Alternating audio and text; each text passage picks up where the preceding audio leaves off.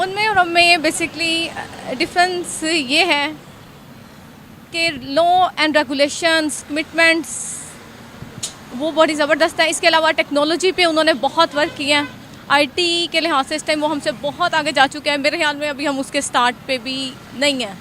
मतलब इन चीज़ों को बहुत उसने कैप्चर कर लिया है। हम अपनी शायद पॉलिटिकल पॉलिसीज़ आपस में बहस से या वो पुराने अपने सिस्टम से बाहर ही नहीं निकल पा रहे कि हम अपनी टेक्नोलॉजी या फर्दर चीज़ों की तरफ ध्यान दें। इसके अलावा आपको पता है यहाँ रूल्स एंड रेगुलेशंस तो सारे हैं, हर कंट्री के होते हैं।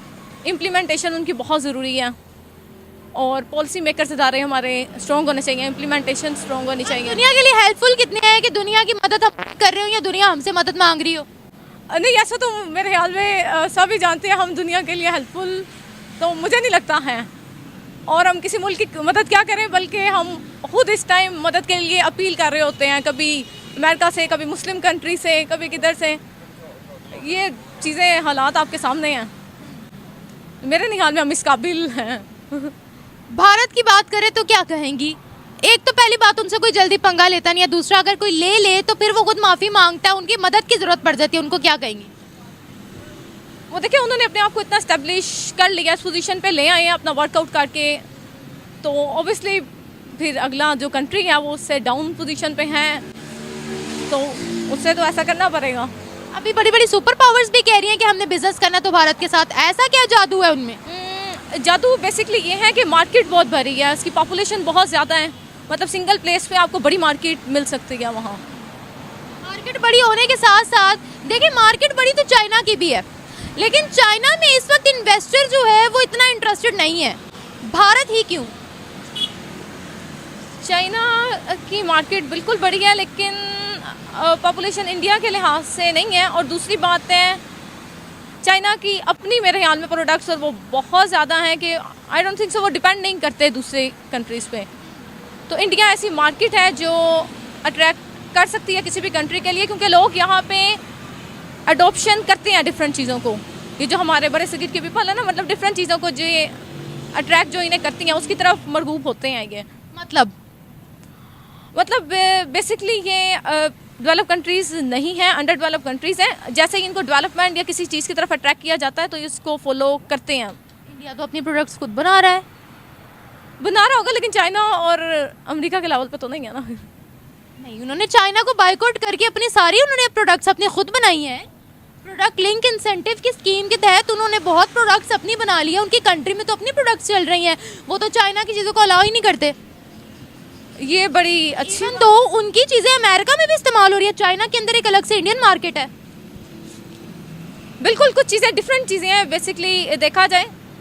जैसे अगर दूसरी देखा जाए मसाले वगैरह, वो तो फिर वर्ल्ड लेवल पे उनकी ट्रेड हो रही है। मसाले वगैरह की बात नहीं कर रही मैं, इंडियन गाड़ियों की बात कर रही हूँ, मैं इंडियन प्रोडक्ट्स की बात कर रही हूँ। बिल्कुल आप ठीक कह रही हैं। रिसेंटली उन्होंने इस टेक्नोलॉजी में भी बड़ी तरक्की की है, तो अच्छे तरक्की करनी चाहिए। ऑब्वियसली आप तरक्की करते हैं तो मुल्क को उनको कितना पावरफुल समझती है या कितनी ज़रूरत है इस वक्त दुनिया को भारत की?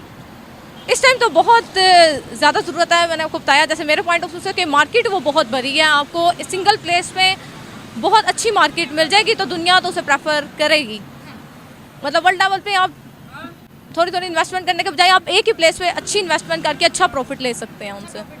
कंपेयर अगर पाकिस्तान की बात करते हैं तो हमारी दुनिया में क्या पावर है ये बताइएगा। आज कोई कंट्री हमें एक्सेप्ट करने के लिए तैयार नहीं है, क्या मसला है? यही मैं आपको बता रही हूँ, हम लोग ना आपस की जंगो जदल से बाहर ही नहीं निकल रहे। उससे बाहर निकलेंगे तो हम मुल्क कौम की खिदमत का सोचें। जैसे किसी भी, मैं मिसाल देती हूँ, पॉलिटिकल पार्टी से तो मेरा तो कोई ताल्लुक नहीं है।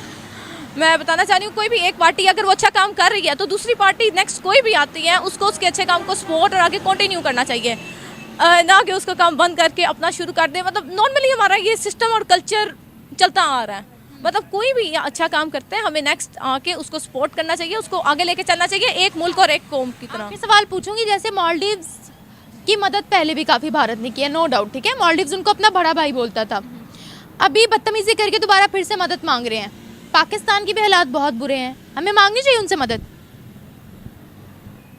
हमें मदद अगर लास्ट स्टेज पे आ गए तो मांगनी चाहिए, अदरवाइज मेरे ख्याल में तो ये गलत चीज़ है। किसी से मदद क्यों मांगना, आप अपने रिसोर्सेज पे डिपेंड करें, अपने रिसोर्सेज अपने एग्रीकल्चर सेक्टर पे तवज्जो दें। हमारा एग्रीकल्चर कंट्री है तो अपने सेक्टर पे तवज्जो दें कि इसे हम चाइना के आगे बैठे हुए हैं, उनके दरवाजे के आगे, IMF के पास भी तो हम जाते हैं, वही अगर हम अपने पड़ोसी मुल्क से मांग ले तो क्या मसला है?